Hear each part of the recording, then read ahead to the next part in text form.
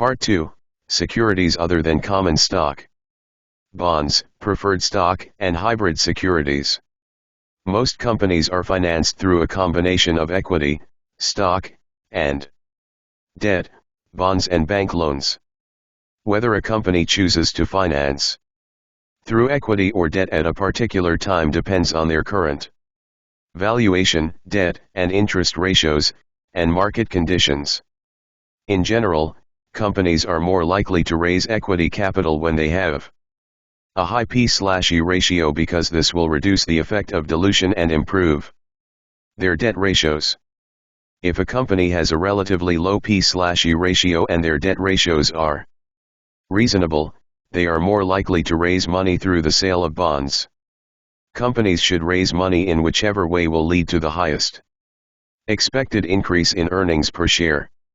This section presents methods other than common stock that companies use to raise capital. Bonds. A bond is a contract between a company that is borrowing money and people or institutions who are lending money. They are generally sold at a face value of $1,000 with a set interest payment, called coupon, and maturity date when the $1,000 principal must be paid back. A bond's coupon yield is defined as the total annual coupon divided by the face value. Coupon payments are typically made semi-annually, twice a year, but can be quarterly, monthly, or yearly.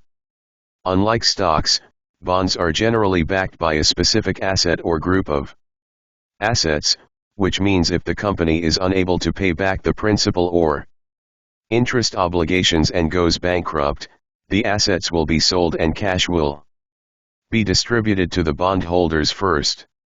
After being sold to the original owners, bonds are often resold on the secondary market. When a $1,000 face value bond is selling at more than par $1,000, we say it is selling at a premium. Similarly, if it is selling at less than par, we say it is selling at a discount. It is important to note that as the price of the bond increases, the coupon is a smaller and smaller portion of the price and the current yield, coupon divided by current price, of the bond decreases. Bondholders are concerned with safety, defined as the probability of all future interest and maturity payments being made on time. While many investors analyze companies' financial statements on their own, there are several agencies that rate the creditworthiness of a company. These ratings range from AAA and AA, which are considered very safe, all the way down to C and D ratings, which reflect bonds that have missed payments. Bonds rated BBB or better are considered investment grade, while those rated below are called high yield or junk bonds.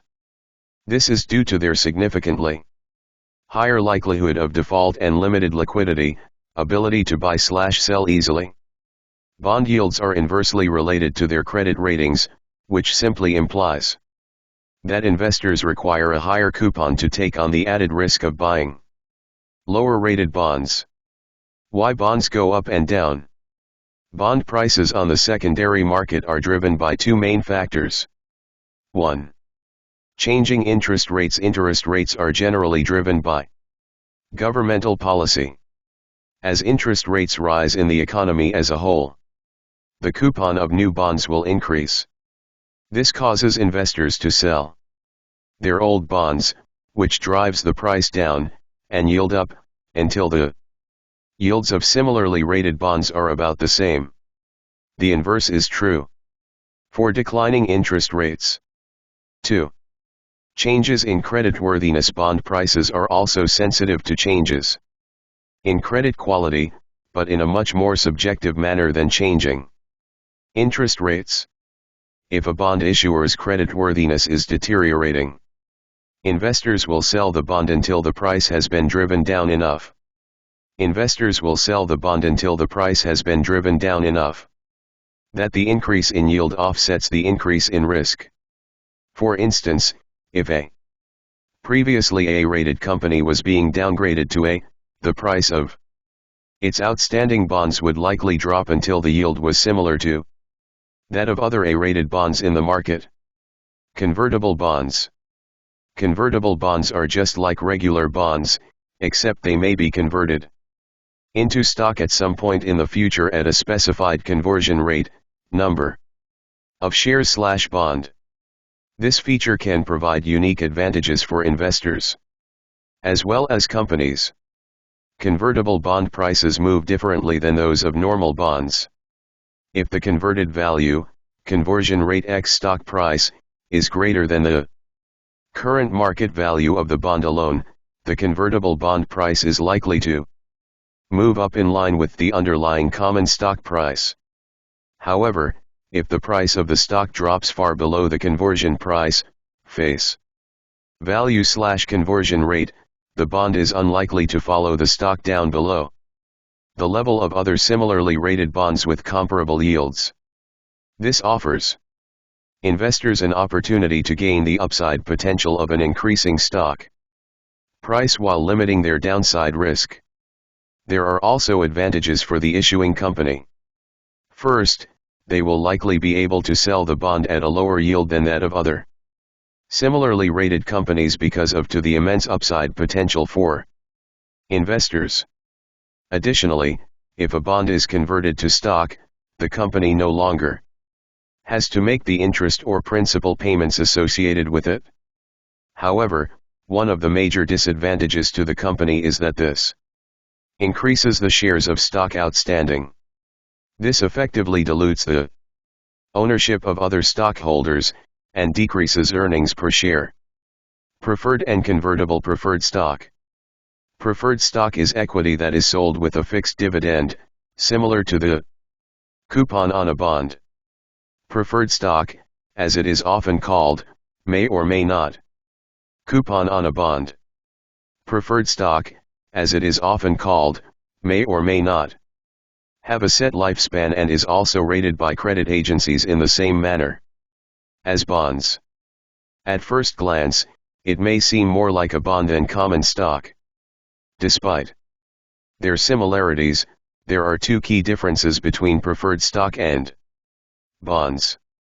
First, the dividend on preferred stock is not a contractual obligation as it is on a bond. Second, the interest, coupon, payments on bonds are expenses which get deducted from sales before taxes are assessed, while preferred stock dividends are paid from after-tax profits. It is this characteristic that classifies preferred stock as equity and highlights its lack of a tax benefit that bonds have. The major difference between preferred stock and common stock is in the consistency of the dividend. The common stock dividend is paid at the discretion of the board of directors and may fluctuate widely, whereas most preferred stocks pay a fixed dividend that is set at the time of issuance. Although the preferred dividend is not technically a contractual obligation, it is expected, and any missed payment severely hurts a company's reputation, rating, and inhibits future borrowing. Companies often issue preferred stock when they have a low P/E ratio, which makes selling stock unattractive, and poor debt and interest ratios, that make issuing bonds or borrowing from a bank difficult. Other corporations and tax-free accounts, such as IRAs, are the largest holder of preferred stock, due to the dividends received deduction, which provides a large tax deduction on dividend income from preferred stock. If you enjoy this content and similar content, please consider liking, subscribing and hitting the notification icon. Please also consider seeing some of the affiliate links in the description below, and it really helps out the channel. Thank you. Have a wonderful day.